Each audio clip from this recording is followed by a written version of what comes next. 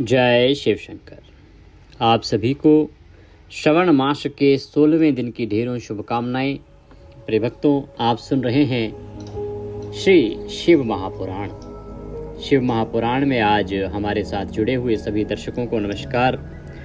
जो भी दर्शक हमें जिस भी किसी माध्यम से देख रहे हैं, चाहे वो यूट्यूब के माध्यम से हों, लाइव के माध्यम से हों, फीड के माध्यम से हों, या हमारे किसी भी चैनल पर अगर आप जुड़े हुए हैं और हमारी इस कथा को सुन रहे हैं, हमारे साथ जुड़े हैं, तो आप सभी को नमस्कार। आइए आज की कथा हम आरंभ करते हैं। शिव महापुराण में बड़ा ही उत्तम प्रसंग चल रहा है। भगवान शंकर और माँ आदिशक्ति देवी सती का वृतांत चल रहा है। इसमें भगवती सती और भगवान शंकर जब एक बार भ्रमण के लिए भूतल पर आए और वहाँ वन में भगवान शंकर ने रामचंद्र जी को मन ही मन प्रणाम किया, तो देवी को मन में प्रश्न उत्पन्न हुआ कि ये कौन हैं जिनको प्रभु इतने प्रेम से नमस्कार कर रहे हैं, जिनके आगे सब शीश झुकाते हैं, वो इनको शीश क्यों झुका रहे हैं। भगवान ने बताया कि ये नारायण के अवतार हैं, पर देवी को विश्वास नहीं हुआ। तो भगवान ने कहा कि ठीक है, तो स्वयं जाओ परीक्षा करो। देवी ने जब भगवान रामचंद्र की परीक्षा की तो वहां उनसे एक त्रुटि हुई कि उन्होंने मां सीता का स्वरूप धारण कर लिया। अब इस प्रकार से उन्होंने भगवान रामचंद्र की परीक्षा तो कर ली, लेकिन जब वापस आई तो भगवान शंकर ने मन ही मन उनका त्याग कर दिया। त्याग क्यों किया? क्योंकि जब विवाह का प्रस्ताव रखा था ब्रह्मदेव ने, भगवान विष्णु ने, तो उसी समय उन्होंने कहा था कि जो पूर्ण रूप से मुझ पर समर्पित हो, जिसको मेरी किसी बात पर शंका ना हो, शुभा ना हो, वही मेरी भार्या रहेगी। अब यहाँ पे देवी ने क्वेश्चन मार्क उठा दिया, प्रश्न चिन्ह उठा दिया। दूसरा, भगवती ने जो स्वरूप धारण किया वो जगन माता सीता का था। भगवान शंकर स्वयं उस स्वरूप की पूजा करते हैं। जिस स्वरूप की पूजा करते हैं वह स्वरूप भार्या ने धारण कर लिया, तो उसको भार्या कैसे कहें? क्योंकि जिस स्वरूप को उन्होंने धारण किया उसकी तो प्रभु पूजा करते हैं। अतः मन ही मन त्याग दिया भगवान शंकर ने। तदुपरांत प्रभु ने प्रयास किया कि देवी के मन को बहलाया जाए किसी तरह से, क्योंकि देवी को जब इस चीज़ का एहसास हुआ तो वो अत्यंत व्यथित हो गई, परेशान हो गई। फिर भगवान अपने लोक में आए, कैलाश पे आके तपस्या में रत हो गए, ध्यान में मग्न हो गए। अनेकों वर्ष के लंबे समय के बाद पुनः भगवान जागृत हुए और देवी भगवती को कुछ अन्य बातें बता कर उनका मन अच्छा करने का प्रयास करने लगे। इससे आगे का वृतांत अब हम आज श्रवण करेंगे। आपसे निवेदन है कि ये पवित्र शिव महापुराण का वीडियो है तो कृपया एक बार लाइक अवश्य कर दीजिएगा। परमेश्वर शंकर की कृपा प्राप्त करने के लिए कमेंट बॉक्स में अवश्य लिखिएगा जय शिव शंकर या हर हर महादेव। चैनल पर नए हैं और सभी व्रत त्योहारों की जानकारी पाते रहना चाहते हैं, अच्छी कथाएं महात्म्य सुनना चाहते हैं, तो कृपया चैनल को भी सब्सक्राइब कीजिए और बेल आइकन को, वहाँ एक घंटी का निशान बना हुआ आएगा, उसको अवश्य दबाइए। आइए प्रिय भक्तों, अब हम कथा आरंभ करते हैं। तो ब्रह्मा जी कहते हैं कि नारद, इस प्रकार से भगवान शंकर और देवी सती वहां लीला वियोग से वियोग भाव में दिखाई देते हैं। ऐसा नहीं है कि वो सच में एक दूसरे के से अलग हो गए, उनका वियोग हो गया, विछोह हो गया। वास्तव में वो लीला कर रहे हैं, वो लीला बिहारी हैं। इसी दौरान वो देव ऋषि नारद को वृतांत बताते हैं। कहते हैं कि नारद, एक पूर्व काल का वृतांत मैं तुम्हें सुनाता हूं। पूर्व काल की बात है कि प्रयाग का तीर्थ था, वहां पर सभी ऋषि मुनि महात्मा एकत्र हुए थे। सब महात्मा विधि विधान से एक दूसरे का साथ बहुत बड़ा यज्ञ कर रहे थे। उस यज्ञ में सनकादिक सिद्धगण, देवऋषि, प्रजापति, देवता, ब्रह्मा, साक्षात्कार करने वाले ज्ञानी भी पधारे थे। स्वयं ब्रह्मदेव भी पधारे थे। महातेजस्वी निगमों और आगमों से युक्त हो परिवार के साथ ब्रह्मा, विष्णु, महेश सभी वहां पधारे। अनेकों उत्सवों के साथ वहां उनका विचित्र समाज जुटा था। नाना शास्त्रों के संबंध में ज्ञान चर्चाएं, वाद विवाद हो रहे थे। ऋषि कहते हैं कि उसी समय सती तथा पार्षदों के साथ त्रिलोक हितकारी, सृष्टिकर्ता एवं सबके स्वामी भगवान रुद्र भी वहां पहुंच गए। भगवान शिव को आया देखकर संपूर्ण देवताओं, सिद्धों, मुनियों ने भक्ति भाव से उन्हें प्रणाम किया, उनकी स्तुति की। फिर शिव जी की आज्ञा पाकर सब लोग प्रसन्नता पूर्वक अपने अपने स्थान पर बैठ गए।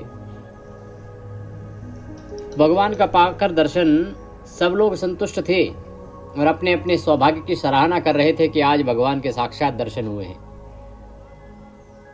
प्रिय भक्तों, इसी बीच हुआ क्या कि प्रजापतियों के भी पति प्रमुख दक्ष, जो बड़े तेजस्वी थे, अकस्मात घूमते हुए प्रसन्नता पूर्वक वहां आ गए। उन्होंने ब्रह्मदेव को प्रणाम किया और उनकी आज्ञा लेके वहां बैठ गए। बड़ी बात यह कि उन दिनों में दक्ष समस्त ब्रह्मांड के अधिपति थे। उसी समय पर कुछ दिन पहले ही दक्ष को पूरे ब्रह्मांड का अधिपति बनाया गया था। अब इतना ऊंचा पद होने के बाद सबके लिए सम्माननीय हो गए थे। एक तो पहले से ही वो दक्ष के प्रजापति थे, दक्षों में प्रमुख थे, और फिर पूरे ब्रह्मांड के अधिपति बन गए, तो सबके लिए बड़े सम्माननीय हो गए थे। और अपने इस गौरवपूर्ण पद को लेकर उनके मन में बड़ा अहंकार भी था कि देखो मैं कितने ऊंचे पद पर हूं। इसको लेकर बड़ा अहंकार था दक्ष को, क्योंकि वे तत्व ज्ञान से शून्य थे। उस समय समस्त देव ऋषियों ने नतमस्तक होके स्तुति प्रणाम द्वारा दोनों हाथ जोड़कर उत्तम तेजस्वी दक्ष का आदर सत्कार किया। जैसे ही दक्ष उस सभा में पधारे, सबने खड़े होके हाथ जोड़ के नमस्कार करके सर झुका के उनका सत्कार किया। परंतु जो नाना प्रकार के लीला विहार करने वाले सबके स्वामी हैं, स्वतंत्र परमेश्वर हैं, उन महेश्वर शिव ने उस समय दक्ष को मस्तक नहीं झुकाया। ना ही दक्ष के उस सभा में आने पर वो खड़े हुए, वे अपने आसन पर ही बैठे रहे। तो महादेव जी को वहां मस्तक झुकाते ना देखकर और दक्ष के आने पर खड़े होते ना देखकर उस दक्ष को मन ही मन अप्रसन्नता हो गई। एक तो वो घमंड में चूर था, तो उसे अत्यंत क्रोध आया। वो ज्ञान से शून्य हो गए और महान अहंकारी होने के कारण महाप्रभु रुद्र को क्रूर दृष्टि से देखकर सबको सुनाते हुए उच्च स्वर से भगवान शंकर से कहने लगे। दक्ष कहने लगे कि ये सब देवता, असुर, श्रेष्ठ ब्राह्मण तथा ऋषि मुझे विशेष रूप से मस्तक झुकाते हैं, परंतु वह जो प्रेतों और पिशाचों से घिरा हुआ महामनस्वी बनकर बैठा है, वह दुष्ट मनुष्य के समान क्यों मुझे प्रणाम नहीं करता? शमशान में निवास करने वाला यह निर्लज्ज जो मुझे इस समय प्रणाम नहीं करता, इसका क्या कारण है? इसके वेदोक्त कर्म लुप्त हो गए हैं। यह भूतों और पिशाचों से सेवित हो मतवाला बना फिरता है और शास्त्रीय विधि की अवहेलना करके नीति मार्ग को सदा कलंकित किया करता है। इसके साथ रहने वाले या इसका अनुसरण करने वाले लोग पाखंडी, दुष्ट, पापाचारी तथा ब्राह्मणों को देखकर उद्दंडता पूर्वक उसकी निंदा करने वाले होते हैं। यह स्वयं ही स्त्री में आसक्त रहने वाला तथा रति कर्म में ही दक्ष है, अतः मैं इसे श्राप देता हूं।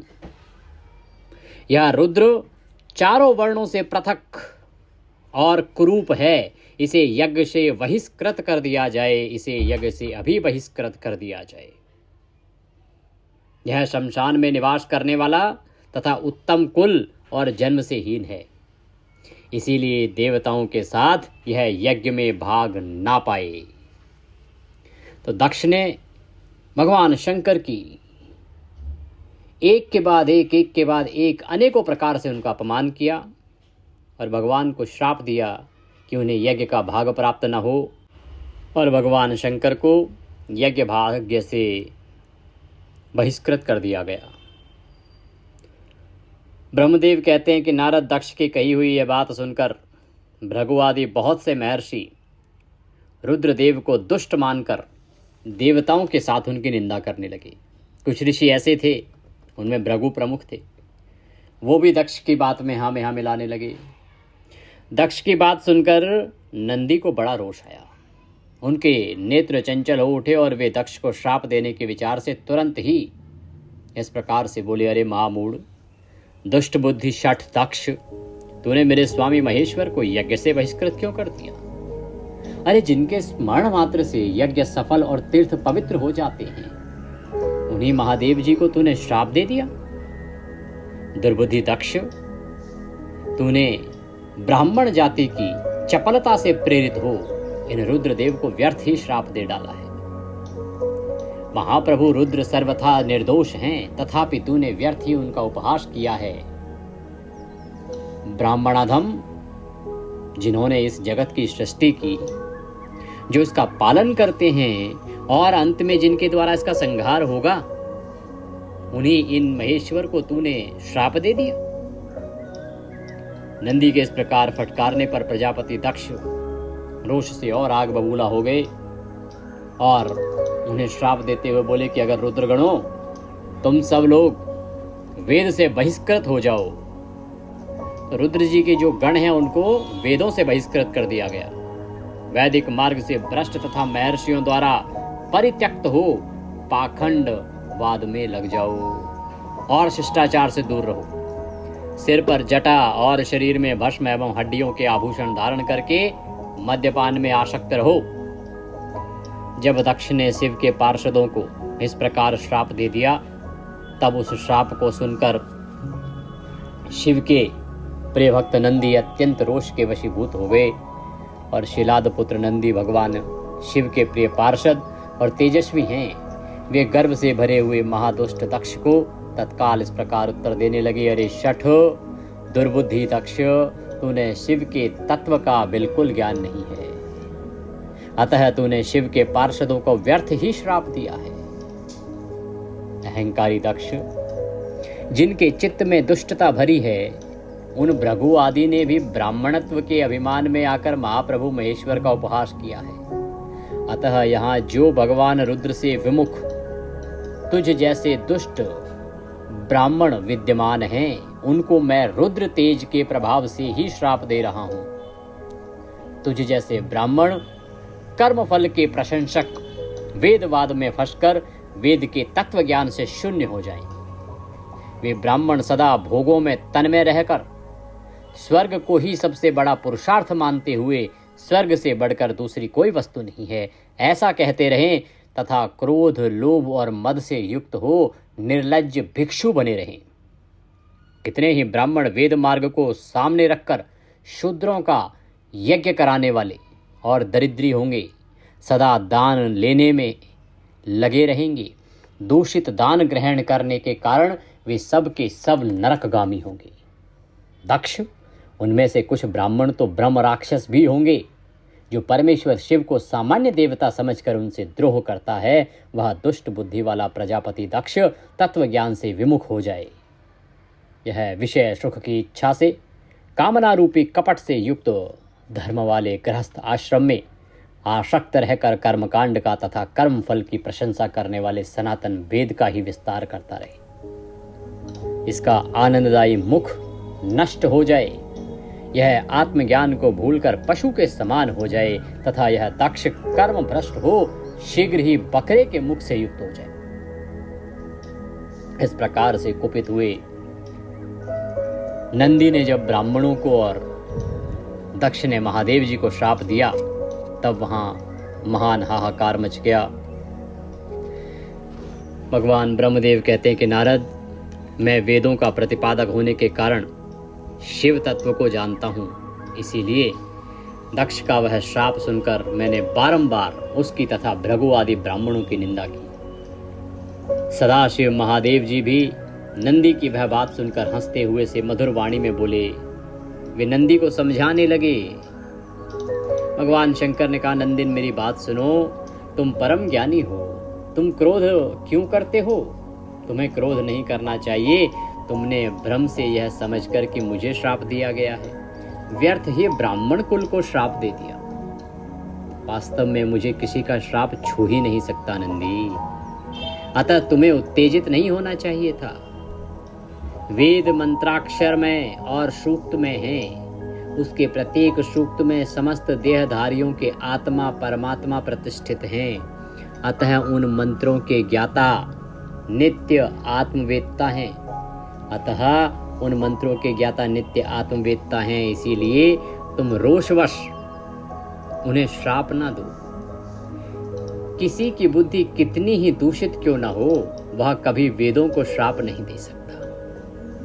इस समय मुझे श्राप नहीं मिला है, इस बात को तुम्हें ठीक ठीक समझना चाहिए। महामते, तुम सनकादि सिद्धों को भी तत्वज्ञान का उपदेश देने वाले हो, अतः शांत हो जाओ। मैं ही यज्ञ हूँ, मैं ही यज्ञ कर्म हूँ, और यज्ञों के अंगभूत समस्त उपकरण भी मैं ही हूँ।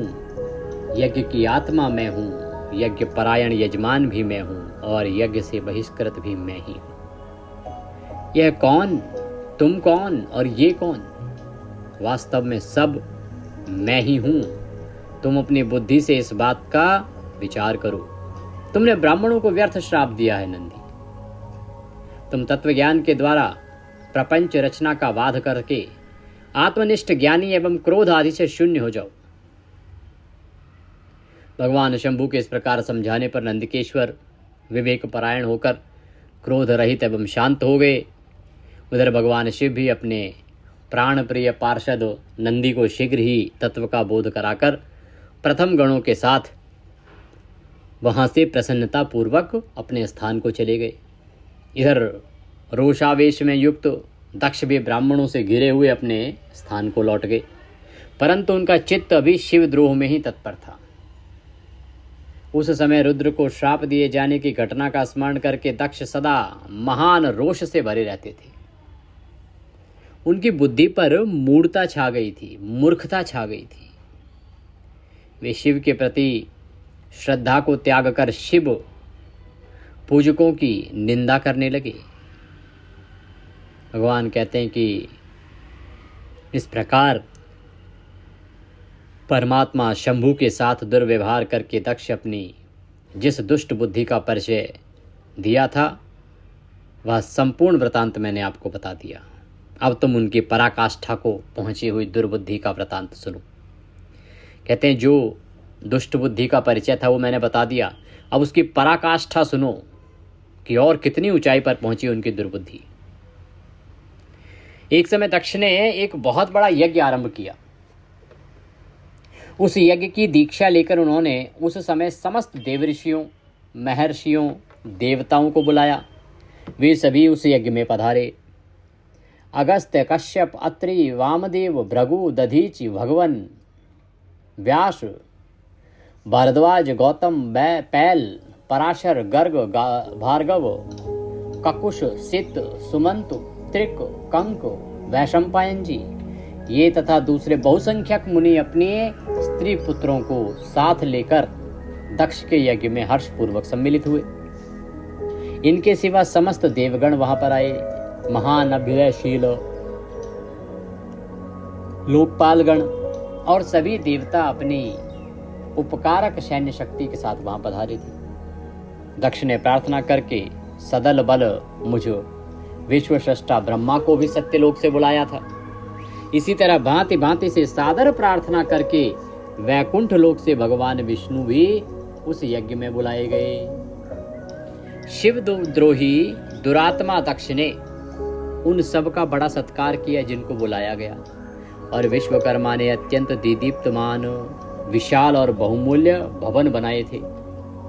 दक्ष ने वे ही भवन समागत अतिथियों को ठहरने के लिए दे दिए।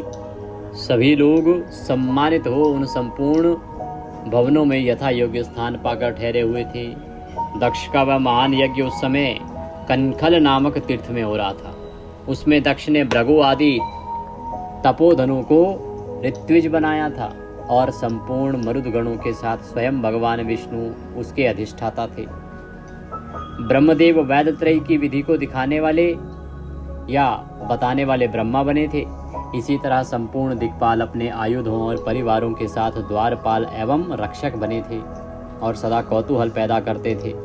स्वयं यज्ञ सुंदर रूप धारण करके दक्ष के उस यज्ञ मंडल में उपस्थित था। महामुनियों में श्रेष्ठ सभी ऋषि स्वयं वेदों के धारण करने वाले हुए थे। अग्नि ने भी उस यज्ञ महोत्सव में शीघ्र ही हविष्य ग्रहण करने के लिए अपने सहस्त्रों रूप प्रकट कर लिए। वहां 88,000 ऋत्विज 1,000 हवन करते थे। 64,000 देवऋषि उद्गाता थे और अधर्यु एवं होता भी उतने ही थे। नारद आदि देवऋषि और सप्तऋषि पृथक पृथक गाथा गान करते थे।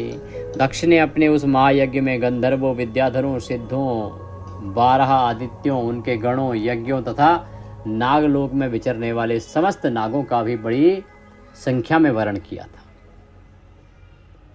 नारद वहां पर ब्रह्म ऋषि, राज ऋषि और देव ऋषियों के समुदाय तथा बहुसंख्यक नरेश भी उसमें आमंत्रित थे, जो अपने मित्रों, मंत्रियों तथा सेनाओं के साथ आए थे।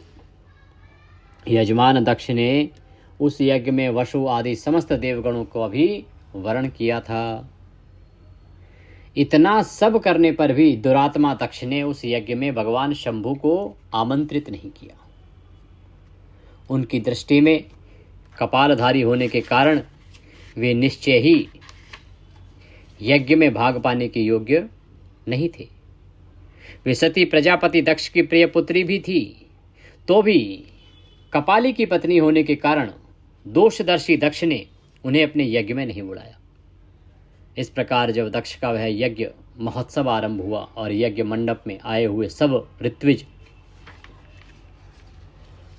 अपने अपने कार्यों में संलग्न हो गए, उस समय भगवान शंकर को उपस्थित न देखकर शिव भक्त दधीच का चित्त अत्यंत उद्विग्न हो उठा।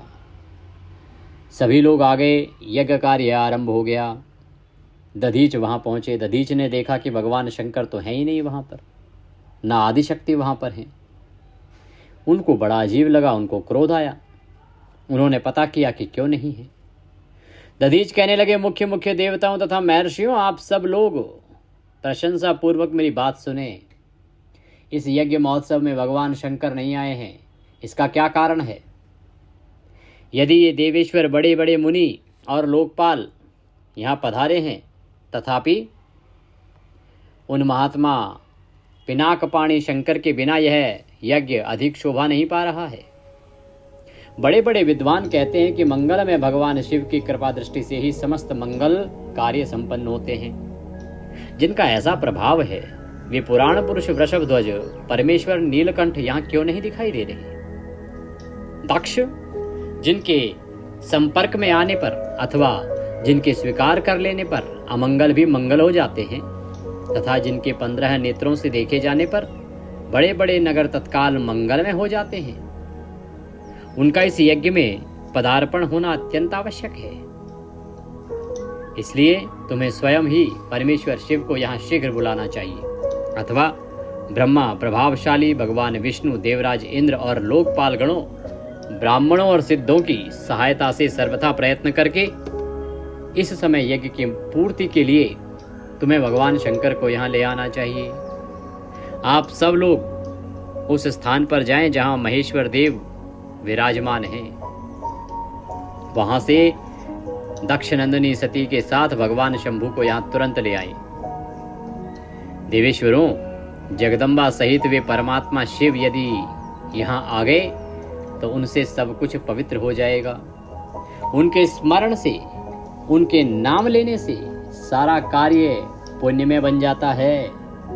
अतः पूर्ण प्रयत्न करके भगवान वृषभध्वज को यहाँ ले आना चाहिए।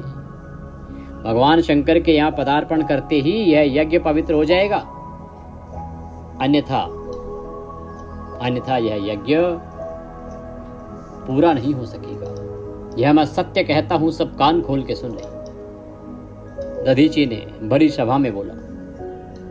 तो दधीची का यह वचन सुनकर दुष्ट बुद्धि वाले मूढ़ दक्ष ने हंसते हुए रोषपूर्वक कहा कि भगवान विष्णु संपूर्ण देवताओं के मूल हैं, जिनमें सनातन धर्म प्रतिष्ठित है। अब इनको मैंने सादर बुला लिया है, तब इस यज्ञ कर्म में क्या कमी हो सकती है कि जो देवताओं के अधिपति हैं वो यहाँ आ ही गए स्वयं, जिनमें वेद यज्ञ और नाना प्रकार के समस्त कर्म प्रतिष्ठित हैं, वे भगवान विष्णु तो यहाँ आ ही गए हैं। इनके सिवा सत्यलोक से लोक पिता में ब्रह्मा आए हैं, वेदों उपनिषदों और विविध आगमों के साथ वो यहाँ पधारे हैं। देवगणों के साथ स्वयं देवराज इंद्र का भी शुभागमन हुआ है, तथा आप जैसे निष्पाप महर्षि भी यहाँ आ गए हैं। जो महर्षि यज्ञ में सम्मिलित होने के लिए योग्य, शांत और सुपात्र हैं, वेद और वेदार्थ के तत्व को जानने वाले हैं और दृढ़तापूर्वक व्रत का पालन करते हैं, वे सब और स्वयं आप भी जब यहाँ पदार्पण कर चुके हैं, तब हमें यहाँ रुद्र से क्या प्रयोजन। विप्रवर, मैंने ब्रह्मा जी के कहने से ही अपनी कन्या रुद्र को ब्याही थी। वैसे मैं जानता हूं हर कुलीन नहीं है, उनके न माता हैं न पिता हैं, वे भूतों प्रेतों और पिशाचों के स्वामी हैं, अकेले रहते हैं, उनका अतिक्रमण करना दूसरों के लिए अत्यंत कठिन है। वे आत्म प्रशंसक, मूढ़, जड़, मौनी और ईर्ष्यालु हैं। इस यज्ञ कर्म में बुलाए जाने योग्य भी नहीं हैं, इसीलिए मैंने उनको यहाँ नहीं बुलाया है। अतः दधीची जी, आपको फिर कभी ऐसी बात नहीं करनी चाहिए। मेरी प्रार्थना है कि आप सब लोग मिलकर मेरे इस महान यज्ञ को सफल बनाएं।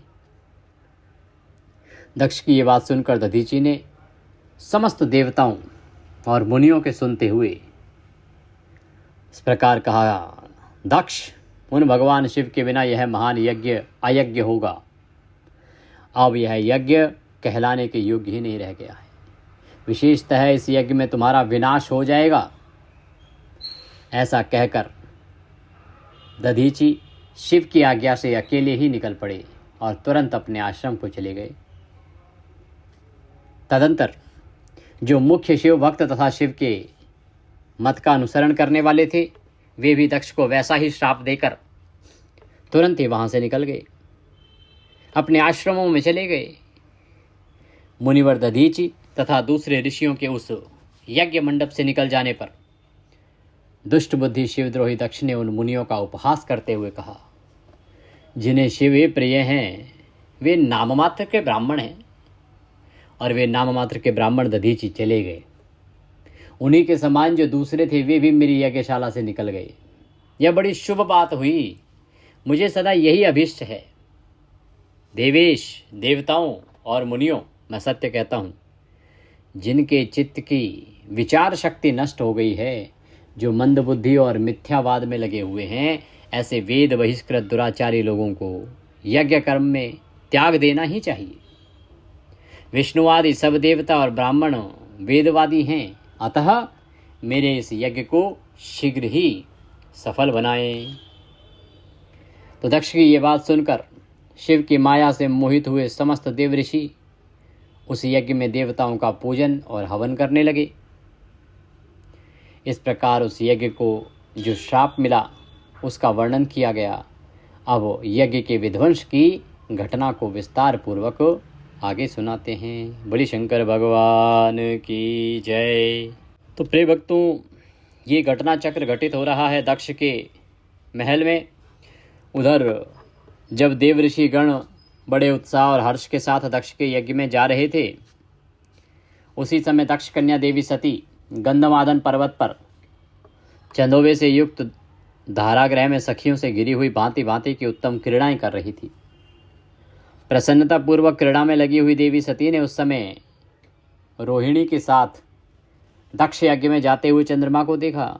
देखकर वे अपनी हितकारिणी प्राण प्यारी श्रेष्ठ सखी विजया से बोली, मेरी सखियों में श्रेष्ठ प्राण प्रिय विजय, जल्दी जाकर पूछ तो आ ये चंद्रदेव रोहिणी के साथ कहाँ जा रहे हैं?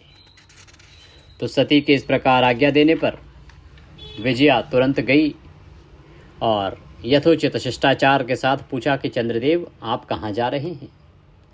विजया का यह प्रश्न सुनकर चंद्रदेव ने अपनी यात्रा का उद्देश्य आदरपूर्वक बताया।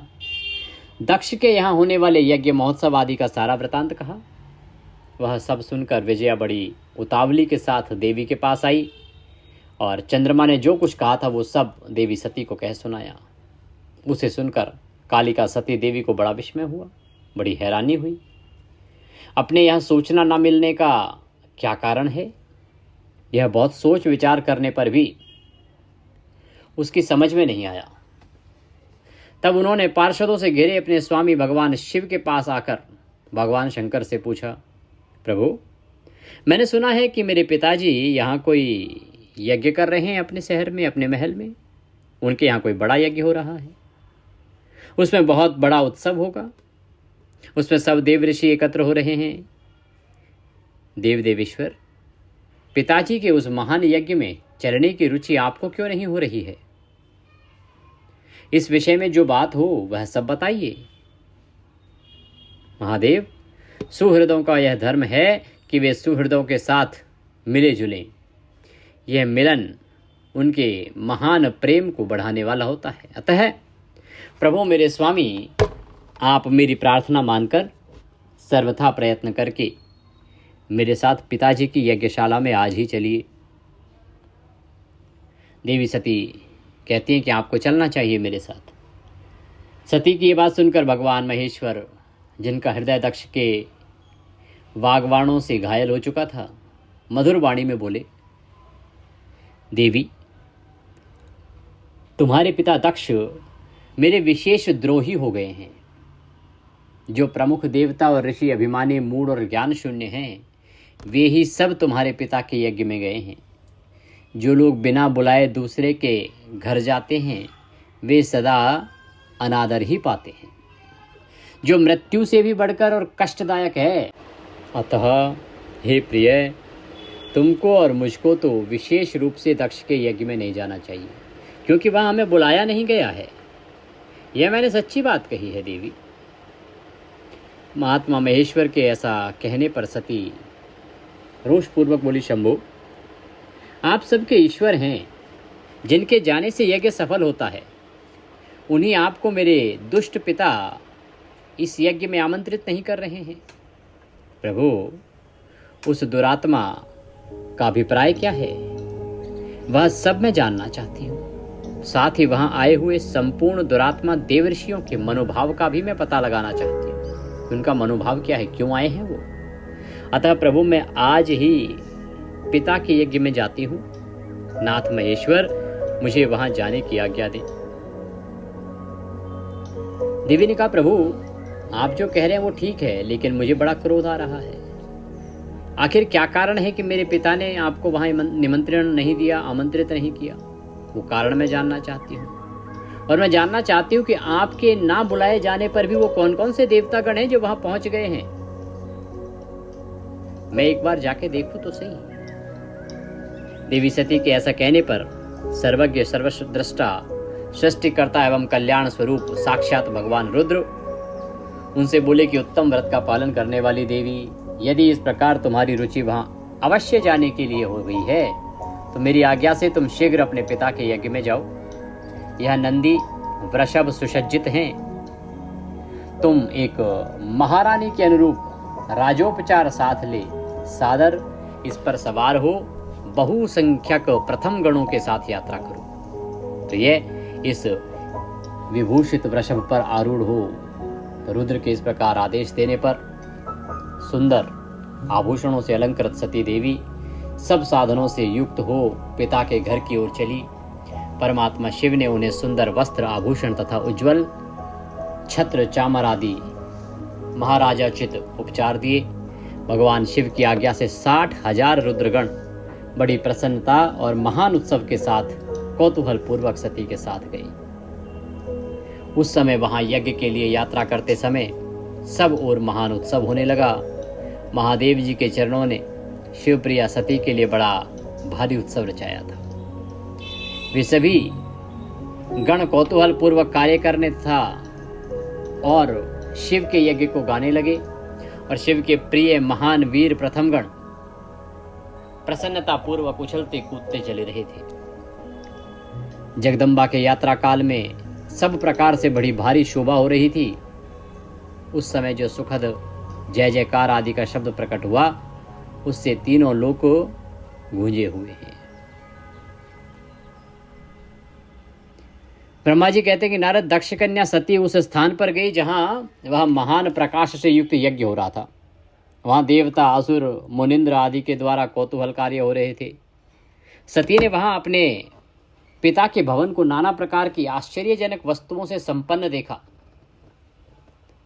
मनोहर तथा देवताओं और ऋषियों के समुदाय से भरा हुआ देखा। देवी सती भवन के द्वार पर जाकर खड़ी हुई और अपने वाहन नंदी से उतरकर अकेले ही शीघ्रता पूर्वक यज्ञशाला के भीतर चली गई। सती को आई देख उनकी यशस्विनी माता वीरणी ने और बहनों ने उनका यथोचित आदर सत्कार किया, परंतु दक्ष ने उन्हें देखकर भी कुछ आदर नहीं किया तथा उन्हीं के भय से शिव की माया से मोहित हुए दूसरे लोग भी उनके प्रति आदर का भाव नहीं दिखा सके। प्रियभक्तों, सब लोगों के द्वारा तिरस्कार प्राप्त होने से सती देवी को बड़ा विस्मय हुआ, तो भी उन्होंने अपने माता पिता के चरणों में मस्तक झुकाया। उस समय यज्ञ में सती ने विष्णु आदि देवताओं के भाग देखे, परंतु शंभु का भाग उन्हें कहीं नहीं दिखाई दिया। तब सती ने दुस्सह क्रोध प्रकट किया। वे अपमानित होने पर भी रोष से भरकर सब लोगों की ओर क्रुद्ध दृष्टि से देखती हैं और दक्ष को जलाती हुई सी बातें कहती हैं। देवी सती कहती हैं कि प्रजापति, आपने परम मंगलकारी भगवान शिव को इस यज्ञ में क्यों नहीं बुलाया? अरे, जिनके द्वारा यह संपूर्ण जगत चराचर सृष्टि पवित्र हो जाती है, जो स्वयं ही यज्ञ वेदताओं में श्रेष्ठ और यज्ञ के अंग, यज्ञ की दक्षिणा, यज्ञकर्ता, यजमान तथा भगवान शिव के बिना यज्ञ की सिद्धि कैसे हो सकती है? अहो, जिनके स्मरण करने मात्र से सब कुछ पवित्र हो जाता है, उन्हीं के बिना किया हुआ यह सारा यज्ञ अपवित्र हो जाएगा। द्रव्य, मंत्र आदि, हव्य और कव्य, ये सब जिनके स्वरूप हैं, उन्हीं भगवान शिव के बिना इस यज्ञ का आरंभ कैसे किया गया? क्या आपने भगवान शिव को सामान्य देवता समझकर उनका अनादर किया है? आज आपकी बुद्धि भ्रष्ट हो गई है, इसीलिए आप पिता होकर भी मुझे अधम जच रहे हैं। अरे, ये विष्णु और ब्रह्मा आदि देवता तथा मुनि अपने प्रभु भगवान शिव के आए बिना इस यज्ञ में कैसे चले आए? ऐसा कहने के बाद शिव स्वरूपा परमेश्वरी सती ने भगवान विष्णु, ब्रह्मा, इंद्र आदि सब देवताओं को तथा समस्त ऋषियों को बड़े कड़े शब्दों में फटकारा। ब्रह्मा जी कहते हैं कि इस प्रकार क्रोध से भरी हुई जगदम्बा सती ने वहां व्यथित हृदय से अनेक प्रकार की बातें कही। श्री विष्णु आदि समस्त देवता और मुनि जो वहां उपस्थित थे, सती की बात सुनकर चुप रहे। अपनी पुत्री के वैसे वचन सुनकर कुपित हुए दक्ष ने सती को और क्रूर दृष्टि से देखा और कहा, भद्रे, तुम्हारे बहुत कहने से क्या लाभ? इस समय यहां तुम्हारा कोई काम नहीं है। तुम जाओ या ठहरो, यह तुम्हारी इच्छा पर निर्भर है। तुम यहां आई ही क्यों? समस्त विद्वान जानते हैं कि तुम्हारे पति शिव अमंगल रूप हैं। वे कुलीन भी नहीं हैं, वेद से बहिष्कृत हैं और भूतों, प्रेतों तथा पिशाचों के स्वामी हैं। वे बहुत ही कुवेश धारण किए रहते हैं, इसलिए रुद्र को इस यज्ञ के लिए नहीं बुलाया गया। बेटी, मैं रुद्र को अच्छी तरह जानता हूं, अतः जानबूझकर ही मैंने देवऋषियों की सभा में उनको आमंत्रित नहीं किया है। रुद्र को शास्त्र के अर्थ का ज्ञान नहीं है, वे उद्दंड और दुरात्मा हैं। मुझ मूढ़ पापी ने ब्रह्मा जी के कहने से उनके साथ तुम्हारा विवाह कर दिया था। अतः सुचिस्मते, तुम क्रोध छोड़कर स्वस्थ शांत हो जाओ। इस यज्ञ में तुम आ ही गई हो तो स्वयं अपना भाग ग्रहण करो। दक्ष के ऐसा कहने पर उनकी त्रिभुवन पूजिता पुत्री सती ने शिव की निंदा करने वाले अपने पिता की ओर जब दृष्टिपात किया तब उनका रोष भी बढ़ गया। वे मन ही मन सोचने लगी कि अब मैं शंकर जी के पास कैसे जाऊंगी। यदि शंकर जी के दर्शन की इच्छा से वहां गई और उन्होंने यहाँ का समाचार पूछा तो मैं उन्हें क्या उत्तर दूंगी। क्या मैं उनका अपमान सुनकर वापस आ गई। मेरे पति को यहाँ अपशब्द कहे जा रहे हैं और मैं इनको सुन के वापस चली जाऊं। तदंतर तीनों लोकों की जननी सती रोषावेश से युक्त हो लंबी सांस खींचती हुई अपने दुष्ट हृदय पिता दक्ष से बोली, जो महादेव जी की निंदा करता है अथवा जो उनकी होती हुई निंदा को सुनता है, वे दोनों तब तक नरक में पड़े रहते हैं जब तक चंद्रमा और सूर्य विद्यमान है। तात मैं अपने शरीर को त्याग दूंगी, जलती आग में प्रवेश कर जाऊंगी। अपने स्वामी का अनादर सुनकर अब मुझे इस जीवन की रक्षा से क्या प्रयोजन। यदि कोई समर्थ हो तो वह स्वयं विशेष यत्न करके शंभु की निंदा करने वाले पुरुष की जीभ को बलपूर्वक काट डाले, तभी वह शिव निंदा श्रवण के पाप से शुद्ध हो सकता है, इसमें संशय नहीं है। यदि कुछ कर सकने में असमर्थ हो तो बुद्धिमान पुरुष को चाहिए कि वह दोनों कान बंद करके वहां से निकल जाए। इससे वह शुद्ध रहता है, दोष का भागी नहीं होता, ऐसा श्रेष्ठ विद्वान कहते हैं। इस प्रकार धर्म नीति बताने पर सती को अपने आने के कारण बड़ा पश्चाताप। उन्होंने व्यथित चित्त से भगवान शंकर के वचन का स्मरण किया। फिर सती अत्यंत कुपित हो दक्ष से, उन विष्णु आदि समस्त देवताओं से तथा मुनियों से भी निडर होकर बोली, तुम भगवान शंकर के निंदक हो, इसके लिए तुम्हें पश्चाताप होगा। यहाँ महान दुख भोग कर अंत में तुम्हें यातना भोगनी पड़ेगी। इस लोक में जिनके लिए न कोई प्रिय है न अप्रिय, उन निर्वैर परमात्मा शिव के प्रतिकूल तुम्हारे सिवा दूसरा कौन हो सकता है। जो दुष्ट लोग हैं वे सदा ईर्ष्या पूर्वक यदि महापुरुषों की निंदा करें तो उनके लिए यह कोई आश्चर्य की बात नहीं है, परंतु जो महात्माओं के चरणों की रज से अपने अज्ञान अंधकार को दूर कर चुके हैं उन्हें महापुरुषों की निंदा शोभा नहीं देती। जिनका शिव यह दो अक्षरों का नाम कभी बातचीत के प्रसंग से मनुष्यों की वाणी द्वारा एक बार भी उच्चारित हुआ जाए तो वह संपूर्ण पाप राशि को शीघ्र ही नष्ट कर देता है। उन्हीं पवित्र कीर्ति वाले निर्मल शिव से तुम द्वेष करते हो।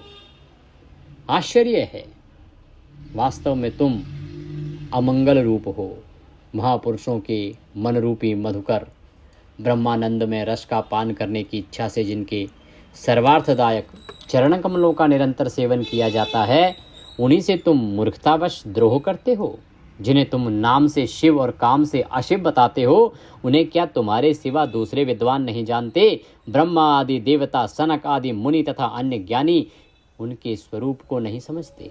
उदार बुद्धि भगवान शिव जटा फैलाए, कपाल धारण किए, शमशान में भूतों के साथ प्रसन्नता पूर्वक रहते तथा भस्म एवं नरमुंडों की माला धारण करते। इस बात को जानकर भी जो मुनि और देवता उनके चरणों से गिरे हुए निर्माल्य को बड़े आदर के साथ अपने मस्तक पर चढ़ाते हैं, इसका क्या कारण है। यही कि वह भगवान शिव की साक्षात परमेश्वर हैं।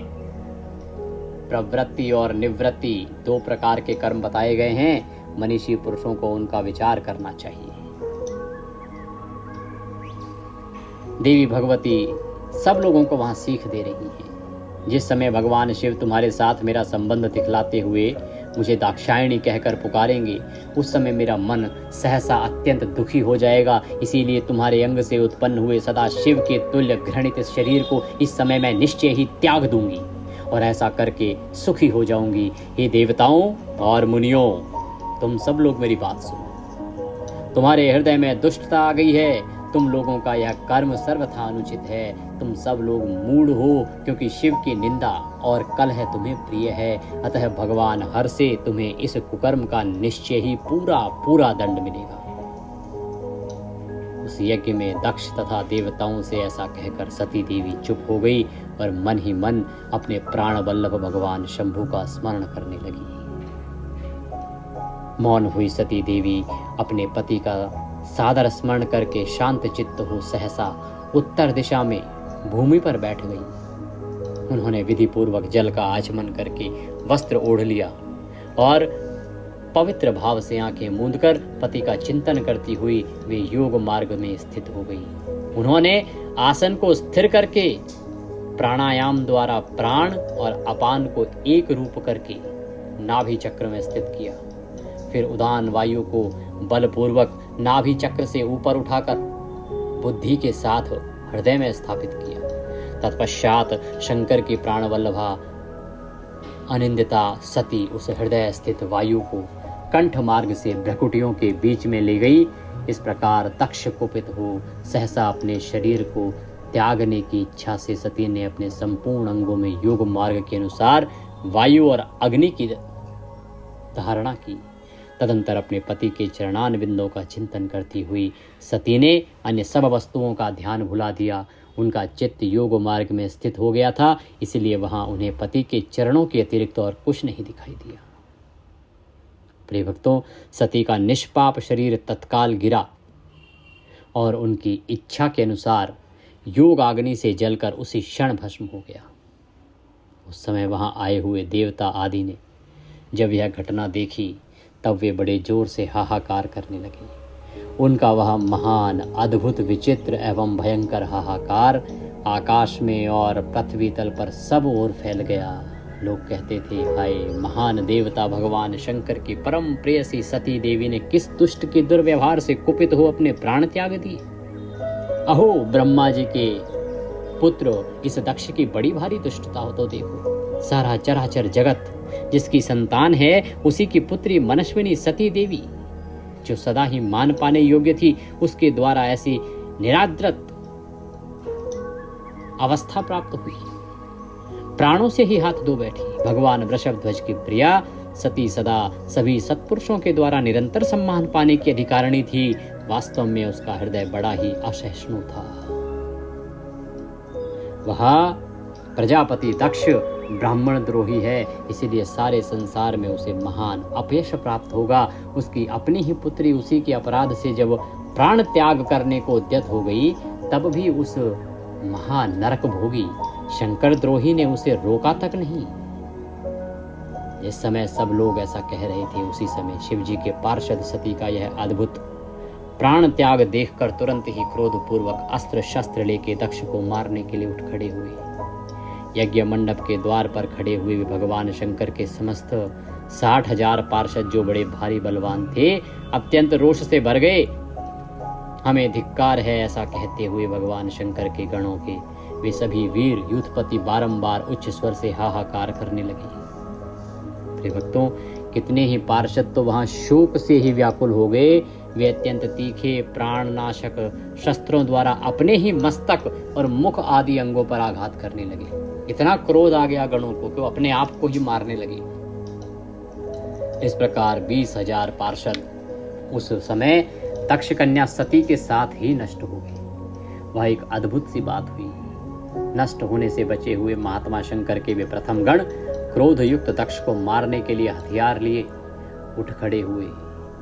उन आक्रमणकारी पार्षदों का वेग देखकर भगवान भृगु ने यज्ञ में विघ्न डालने वालों का नाश करने के लिए नियत अपहता असुरा राक्षसी वेदिशत इस यजुर मंत्र से दक्षिण अग्नि में आहुति दी और भृगु की आहुति देते ही यज्ञ कुंड से रभु नामक सहस्त्रों महान देवता जो बड़े प्रबल वीर थे, जो यज्ञ की रक्षा करने के लिए प्रकट होते हैं, वहां प्रकट हो गए।